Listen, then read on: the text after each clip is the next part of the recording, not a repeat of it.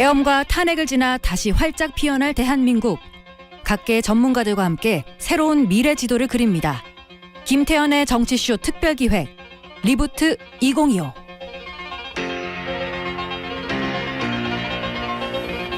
김태현의 정치쇼가 준비한 대선 특집 리부트 2025 시리즈.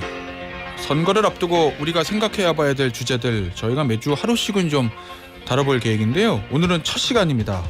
첫 주제는 역시 정치죠. 실종된 정치를 되돌리는 방법. 박원호 서울대 정치외교학부 교수와 함께합니다. 교수님 안녕하세요. 안녕하세요. 자, 교수님. 네. 헌정사상 두 번째 대통령의 파면과 조기 대선입니다. 자, 시작은 이제 대통령의 불법 비상계엄 선포, 그리고 헌재의 파면 결정, 그리고 이제 조기 대선인데, 이 정치학자로서 느끼는 지금의 정치 상황, 이거 어떻게 보고 계십니까?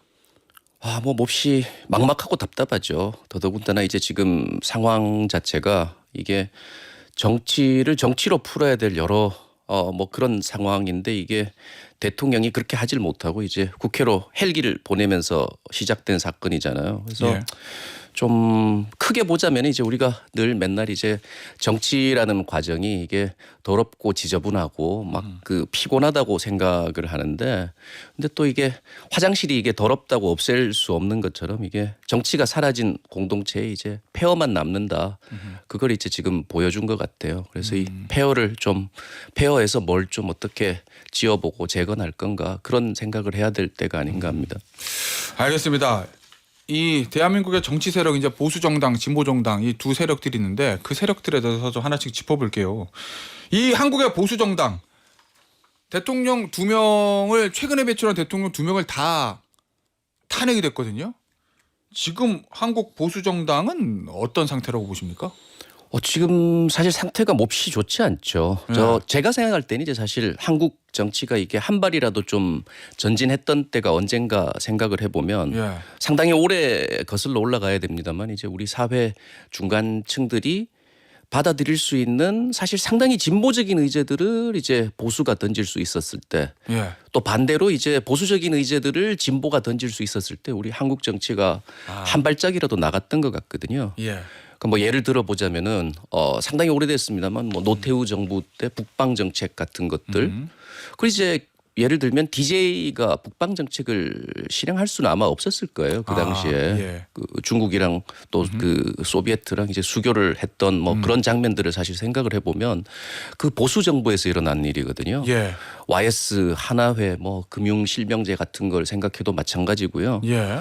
또 뭐 사실 근래에 이제 그 박근혜 후보자였을 때 그 대선 때 생각해 보면 이제 뭐 경제민주화 이야기 같은 것들, 그런 것들을 이제 지금 와서 지금 보수 정당들이 이제 그런 의제들을 과감하게 꺼내놓을 수 있나라고 생각해 보면은 이제 그 불가능하거든요. 그래서 그런 관점에서 보자면은 사실은 30년 전 보수 정당보다 이제 지금 보수 정당이 그만큼 이제 후퇴한 거죠. 예. 정치적인 자산이 이제 없어진 거죠. 좀 문제가 있다 이렇게 판단하신 건데, 맞습니다. 그 문제 의식, 심각성 언제부터 그렇게 됐다고 느끼십니까, 교수님은?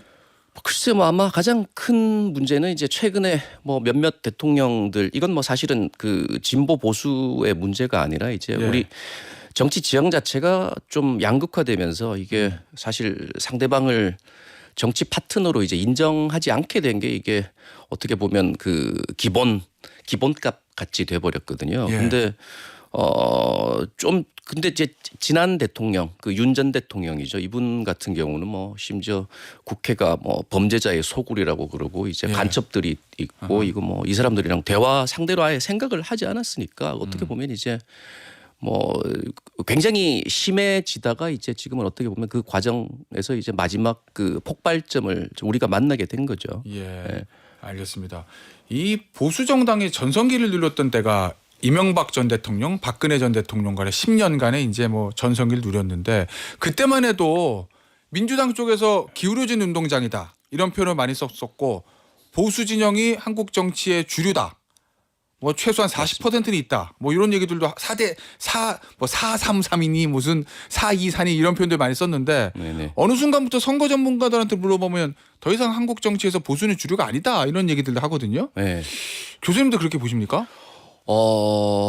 네, 비교적 이제 그렇게 보는 편인데 어떤가 하면 이제 전 한국 그 보수 정당이 가장 전성기가 언제였나 저한테 물어보시면 예. 이제 2008년 선거라고 생각하거든요. 그게 예. 이제 이명박 정부가 탄생하고 난 직후에 이제 치렀던 총선. 첫 국회의원 총선이었습니다. 그때 보시면은 뭐 지금은 돌아가셨습니다만 이제 그 정두원 의원 같은 예. 분이 이제 그 삼중 이야기를 하세요. 어허. 삼중이 이제 그 세 개의 그 예. 미들이라는 거죠. 어허. 그래서 그게 뭐냐 하면 이제 지역이 아닌 지방이 아닌 서울, 어허. 그 다음에 이제 중산층, 어허. 그리고 중간 세대. 예. 요 세 그룹을 잡아야 된다고 그러고 실제로 이제 뭐 그런 정책적인 어떤 백업들도 있었던 것 같아요. 그래서 그 당시가 이제 보시면은 서울 경기 지역에서 이제 집권 한나라당이죠. 예. 한나라당이 이제 뭐 거의 지금은 사실 상상조차 할 수 없습니다만 이제 서울, 인천, 경기 지역을 뭐 거의 석권하다시피 하거든요. 그 이후는 이제 계속 내리막이었다고 보시면 되죠. 왜 그랬느냐? 예. 뭐 그런 의제들을 사실 놓친 거죠. 그 중에 이제 박근혜 정부를 지나면서 그 어떻게 보면 이제 좀 리버럴한 보수들이 사실 지금 다 이탈했다고 보시면 될 것 같아요. 예. 윤석열 정부 때 이제 어떻게 보면 이제 그 결정타를 맞은 거고요. 음. 장기적으로 사실 생각해 보시면 이제 이 보수들이 새로운 의제를 개발하지 못한 이유는 이제 뭐 지역 노년층 이런 사람들을 중심으로 이제 콘크리트 지지층에 좀 안주하지 않았나 예. 생각되고요. 어. 근데 생각해 보시면 이제 586 세대가 예. 686이 되잖아요. 음흠. 근데 이제 보수 정당의 지지가 이제 어디에 있는지 그러니까 이게 뭐 글쎄 영어를 써서 죄송합니다만 이제 소울 서칭을 해야 될 것 같아요. 예. 우리 보수의 소울이 이제 어디에 있을 건가. 예. 자, 그러면은 소울 서칭을 해서 어떤 의제를 선점하고 던져야 보수 세력이 살아날 수 있습니까? 글쎄 저는 뭐 일단은 지금 이 비상계엄 사태를 이제 어떤 방식으로 넘어설 건가 예. 거기에 대해서 이게 사실은 가장 그 기본적인 첫 번째 답변인 것 같거든요. 예. 아직까지 그 답변을 하지를 못했어요. 어허. 그러니까 이 답변을 듣고 난 다음에라야만 이제 좀 어떤 뭐 그랜드 플랜이랄까 뭐 예. 그런 이야기를 좀 할 준비가 되지 않을까 생각합니다. 알겠습니다. 네. 보수 진영이 이제 주류가 아니라면 상대적으로 한국 정치의 주류는 이제 민주당 계열, 진보 세력인데 그 진보 세력, 민주당 계열 이 진영의 과제는 없습니까? 뭐 사실은 이게 뭐 손뼉도 맞부딪혀야 이제 소리가 나는 거고 이제 역시나 이제 지금 민주당 내지는 뭐 좀 지금 사실은 저 진보 계열이라는 것 자체가 사실은 지금 뭐 거의 다 저 사라져 버리고 그냥 하나의 정당이 되기는 했습니다만 이제 원래 전통적인 어떤 그런 여러 가지 이제 그 의제들이 있다고 한다면은 예. 지금은 이제 한국의 민주당 같은 경우에는 너무나도 이제 다양한 의제들이 이걸 이제 블루와싱이라고 이제 제가 언제 그런 말을 한 적이 있는데 모든 중요 의제들이 이 민주당을 거쳐서 나오지 않으면은 사실 이제 유의미한 힘을 가지게 되지를 못하는 거예요. 예. 그러니까 뭐 예를 들자면 뭐 우리 지방 정치의 의제 같은 것들은 전통적으로 굉장히 중요한 의제들이고 진보의 의제, 뭐 진보 보수를 막론하고 이제 중요한 의제였습니다만 이제 보시면은 그걸 이게 사실은 이제 유권자들이 거기에 별로 없다고 생각을 하는 것 같아요. 예. 그래서 이제 뭐 민주당이 어떻게 보면 이제 그런 의제들을 사실은 또 방기한 부분도 저는 있다고 생각합니다. 알겠습니다. 그 최근에 우리 교수님이 동아일보에 칼럼을 하나 쓰셨던데 이거 화제가 많이 됐습니다. 윤석열 전 대통령의 계엄은 K 엘리트의 파산을 의미한다. 이런 내용. 제목이 이제 K 엘리트의 파산. 좀 선정적이긴 하죠 제목이. 이 칼럼에서 교수님이 하시고 싶었던 얘기는 뭘까요? 글쎄 뭐 저는 딴 거보다도 이제 네. 뭐 사실 윤 전 대통령이 이제 또 제가 재직하고 있는 그 학교 졸업생이시지 않습니까? 그래서 예. 근데 그런 것들을 보면서 이제 우리 교육이라든지 우리 사회 리더들한테 좀 굉장히 심각한 문제가 있다. 예. 그런 이야기들을 좀 하고 싶었고 뭐 자세한 거는 이제 칼럼을 읽어보시면 되겠습니다만 이제 저 본인 스스로를 사실 되돌아보더라도 우리가 이제 그 우리 자녀들을 보면서 제가 지금 고등학교 다니는 아들이 있습니다만 이제 예. 우리 맨날 이제 보면 늘 뭐 좋은 학교 나오고 또 어려운 시험 치러 가지고 판검사 공무원 되고 교수 되고 의사 되기를 우리 맨날 원하고 강변하잖아요. 근데 예. 그 과정에서 이제 우리가 어떤 생각들을 하는가 하면 그런 시험이나 자격 같은 것들을 또 딴다는 말을 쓰잖아요. 따게 되면 이게 마치 판단력이나 이제 인격 같은 것도 같이 따라오는 것 같이 생각하는데 그 이번에 그 우리 계엄 사태를 거치면서 이게 그렇지 않다는 걸 우리가 알게 된 것 같아요. 그래서 뭐 해결 방안은 제가 뾰족한 해결 방안은 없습니다만 학교에서 좀 시작을 해야 되지 않나. 알겠습니다. 자, 교수님, 요새 이제 대통령 또 두 번째 파면되면서 개헌 얘기가 많이 나와요. 사람이 문제냐, 제도가 문제냐, 뭐 이런 얘기인데 어쨌든 개헌 얘기가 나오고 있습니다. 선거제 개편 얘기도 나오고 이게 제왕적 대통령제 고치자라는 건데 요 지금 나오는 개헌 논의의 방향성에 대해서는 어떻게 평가하고 계세요? 저는 개헌이 이제 뭐 원래 쉽지 않은 문제라는 건 누구나 다 알고 있고요. 예. 근데 이게 비상계엄을 거치면서 저는 그 더 어려워진 것 같아요. 개헌이요? 네. 왜요? 일단은 지금 당장 대선을 치러야 되니까 이제 이게 스케줄 상으로도 쉽지 않고요. 예. 그리고 사실 생각을 해보시면 우리 헌정 질서가 공격을 받은 거잖아요. 예. 근데 또 이게 그러면 헌법이 잘못돼서 이런 비상계엄 사태가 벌어졌느냐 하면은 저는 그렇진 않다고 생각하거든요. 어떻게 보면 이제 상당히 그 비상계엄 사태라고 하는 건 이제 이 외부적으로 이제 굉장히 강한 충격이 사실 온 거고 우리 뭐 헌법이 오래됐고 뭐 여러 가지 해결해야 될 문제가 있다는 이야기는 이제 이야기를 한 지 굉장히 오래됐습니다. 예. 근데 이제 저는 헌법 때문에 이제 비상계엄 사태가 일어났다고 생각하지는 않거든요. 비유를 하자면 이건 제가 어디 비유를 하자면 이런 거죠. 그러니까 교통사고를 당했어요. 근데 그 사람이 마침 교통사고를 당했으니까 우리 이 기회에 이제 뇌수술도 해보자. 그래서 저는 이걸 하여튼 동시에 뭐 다 섞어서 이제 하는 거는 좀 어려운 것 같고 그 다음에 아까 뭐 사실은 인터뷰 누가 하시면서 이제 국가 대개조라는 말을 쓰시는 것 같은데 예. 예. 그렇게 한꺼번에 개조가 되지 않습니다. 하나 할 수 있는 한 가지 개헌 같은 경우에도 저는 좀 우리가 다르게 생각을 해봐야 될 게 우리 개헌하기가 어려운 이유가 뭐냐 하면 이제 역사에 남을 명문을 예. 전문으로 쓰고 싶어하는 분들이 한 500분쯤 되실 거거든요. 그 합의할 수가 없습니다. 예. 그래서 제가 생각할 때는 이건 뭐 어떻게 보면 뭐 미국 헌법 같은 거를 보시면 이제 생각을 하실 수 있을 텐데 예. 그냥 뭐 사실 그 어멘드먼트라고 부르죠. 예. 원포인트 개헌 한국에서 뭐 그렇게 소개가 됐습니다만 이제 예. 진짜 우리한테 가장 중요한 문제가 뭐냐. 그걸 이제 정의를 하고 그거를 헌법에 어떤 구절로 말미암아 이런 문제가 생기느냐. 이거를 내가 대통령이 되면은 고치겠다. 그렇게 말하시는 분을 저는 선택할 것 같아요. 알겠습니다. 어쨌든 제도보다는 사람이 문제다라는 쪽에 좀 방점을 찍고 계시는 것 같아요. 헌법이나 제도보다는 이제 정치 자체에 문제가 있다라는 입장이신 것 같은데 자 그러면 앞으로 대한민국의 정치가 더 나빠질까요? 아니면 그래도 조금 좋아질 수 있을까요? 저는 그래도 비교적 낙관적으로 보려고 하는데요. 제 네. 그 외국인 친구들 이제 주로 이제 미국 쪽에 있는 친구들이죠. 그 사람들은 또 한국을 되게 부러워하는 측면도 있어요.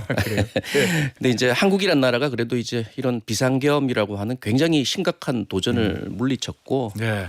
그래서 이제 더 뭐 나빠지지는 않을 거라고 이제 저는 비교적 낙관적으로 보려고 합니다. 알겠습니다. 자 그러면 비교적 낙관적으로 보시겠다. 이제 저희가 리부트 대한민국 정치를 다시 써야 된다 이런 얘기들을 하고 있는데 각각의 정치 주체들은 뭘 해야 될지 리부트하기 위해서 그거 제가 질문 드릴 거거든요. 먼저 6월 3일 날 새 대통령이 선출되잖아요. 그 선출된 새 대통령은 무너진 정치를 바로 세우기 위해서 뭐부터 해야 될까요? 제가 이렇게 어려운 질문을 주실 줄 알았으면 이제 출연을 다시 한번 생각을 해봤을 텐데요. 근데 예. 리부트라는 말을 하여튼 한번 좀 새로 생각을 해봤으면 좋겠어요. 저는 이제 이게 진짜로 막 우리 대한민국이란 나라 자체를 내지는 이 우리 공동체의 정치 자체를 이제 정말 근본적으로 처음부터 끝까지 완전히 다 뒤집을 수 있느냐? 저는 그렇게 보통 일이 일어나지 않거든요. 예. 우리 사실 그 개헌 문제도 이제 제가 아까 사실 말씀을 드리면서 잠깐 그 이야기를 했습니다만 이제 여론조사를 해보시면 70, 80%가 개헌에 찬성을 해요. 근데 그 이야기는 이제 뭔가를 바꾸라는 거거든요. 예. 그래서 개헌을 하겠다, 국가 대개조를 하겠다, 뭐 리부트를 하겠다 이런 이야기들이 제가 생각할 때는 이제 지금은 좀 슬로건화가 된 게 아닌가 하는 좀 그런 안타까운 마음이 있습니다. 그래서 예. 저는 할 수 있는 것 한 가지. 그다음에 어떤 것들을 하겠다 이렇게 이제 말씀하시는 분을 이제 아까도 말씀드렸습니다만 이제 이번 대통령 선거에서 그렇게 선택을 하게 될 것 같고 당선되신 분도 예. 한 가지를 이제 좀 지금 이제 아까 교통사고로 비유를 했지만 알겠습니다. 지금 회복해야 되는 예. 시간입니다. 자, 그러면 그 한 가지 예. 그 뭐가 돼야 될까요? 교수님 보시기에. 제가 선거에 나간 게 아니니까 제가 말해야 되는 건 아니지 않을까요? 예. 저는 제일 쉬운 거는 이제 우리 여야 지금 여야란 말을 이제 안 씁니다만은 이제 서로 밥도 좀 먹고 그다음에 서로 목욕탕도 예전에 국회 목욕탕에서 예, 예, 많이들 맞아요. 만났다고 그러잖아요. 맞아요. 근데 그런 좀 기본적인 이야기를 하는 관계들 그다음에 합의할 수 있는 정책들이 뭔지 예. 그런 것들을 찾아 나가고 같이 의결하는 것들 그런 예. 모습들을 좀 먼저 보여주고 그런 예. 것들을 찾았으면 좋겠다. 예. 알겠습니다. 자, 대통령은 그렇고 보수 진영은 뭘 해야 될까요? 보수 진영이요. 예. 보수 진영 지금 글쎄 어디까지 굉장히 많은 이야기들을 할 수 있을 것 같은데 예. 일단은 이제 지금 현재 국민의힘이 이제 우리 보수 진영을 어떻게 보면 대표하는 정당이라고 할 수 있고 예. 그다음에 거기서 이제 공천하고 이제 모셨던 대통령이 선포했던 비상계엄을 이제 지금 갈무리를 하는 국면이잖아요. 예. 그런데 이제 거기에 대한 제가 봤을 때는 딱 일관된 입장이 있는 것 같지 않거든요. 그래서 아마도 이제 자연스럽게 선거를 이제 치르게 되면은 입장이 정리가 될 텐데. 예. 근데 가장 중요한 거는 저는 일단 그 문제를 해결하고 합의하는 것. 비상기업에 대한 거. 네, 예. 맞습니다. 그래서 알겠습니다. 그게 가장 중요한 첫 스텝이 아닌가 예. 생각합니다. 자, 마지막으로 진보 진영은 뭐를 해야 될까요? 글쎄요. 지금 어떻게 보면 아까 잠깐 말씀드린 것처럼 이제 지금 현재 민주당이라는 정당 자체가 예. 사실은 예전에 사실은 굉장히 다양한 스펙트럼의 이제 진보적 의제들이 있을 수 있거든요. 예. 환경, 노동, 여성 굉장히 많은 의제들을 이제 사실 이렇게 하나로 묶고 있는 엄브렐라 정당 같이 돼버렸는데 우리 사실 위성 정당 이야기도 제가 할 말이 많습니다만 이제 어찌 됐건 그런데 이제 그런 의제들을 민주당이 혹시 가로막고 있지는 않은지 그건 한번 좀 되돌아봤으면 좋겠어요. 네. 알겠습니다. 의제를 선점한다는 말을 이제 저희들이 쓰거든요. 예. 네. 그래서 이게 통로를 이렇게 막고 있는 게 아닌지 그런 의제들에 대해서 이제 민주당 같은 경우에도 어떤 입장들을 취하고 있는지를 예. 조금 더 분명하게 할 선거라는 게 이제 근데 사실 그런 것들을 분명하게 할 기회가 예. 되는 거겠죠. 알겠습니다. 자, 오늘 저희 정치쇼가 준비한 대선 특집 리부트 2025 시리즈 오늘 첫 시간이었고요. 박원호 서울대 정치외교학부 교수와의 이야기는 여기서 마무리하도록 하겠습니다. 교수님 감사합니다. 네, 감사합니다.